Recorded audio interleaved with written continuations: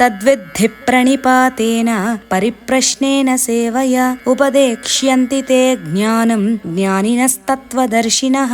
ముందు తత్వవేత్త అయిన గురువును వెతుక్కోవాలి. ఆయనకు సాష్టాంగ నమస్కారం చెయ్యాలి. ఆయనకు సేవలు చేస్తూ సమయం కోసం ఆయన పక్కన వేచి ఉండాలి. గురువు ప్రసన్నంగా ఉన్నప్పుడు ఆయనను జ్ఞానం గురించి ప్రశ్నించాలి. అప్పుడు గురువు ప్రసన్నుడై జ్ఞానోపదేశం చేస్తాడు. గురువు ఉపదేశాలను శ్రద్ధతో వినాలి. విన్నది భక్తితో ఆచరించాలి. ఈ విధంగా జ్ఞానాన్ని సంపాదించాలి. ఇక్కడ కృష్ణుడు ఒక విషయాన్ని స్పష్టంగా చెప్పాడు. ఈ ఆత్మజ్ఞానం అనేది ఎవరికి వాళ్ళు తెలుసుకునేది కాదు, కేవలం గురువు ద్వారానే పొందదగినది. ఎందుకంటే మనం ఎంత పండితులమైనా, సంస్కృతం బాగా అధ్యయనం చేసినా, శాస్త్రాలలో, వేదాలలో, ఉపనిషత్తులలో ఉండే విషయాలను సరిగా అర్థం చేసుకోలేము. తప్పుగా అర్థం చేసుకునే అవకాశం ఎక్కువగా ఉంటుంది. గురువు ద్వారానే మనం శాస్త్రాలను సరిగా అర్థం చేసుకునే అవకాశం ఉంటుంది.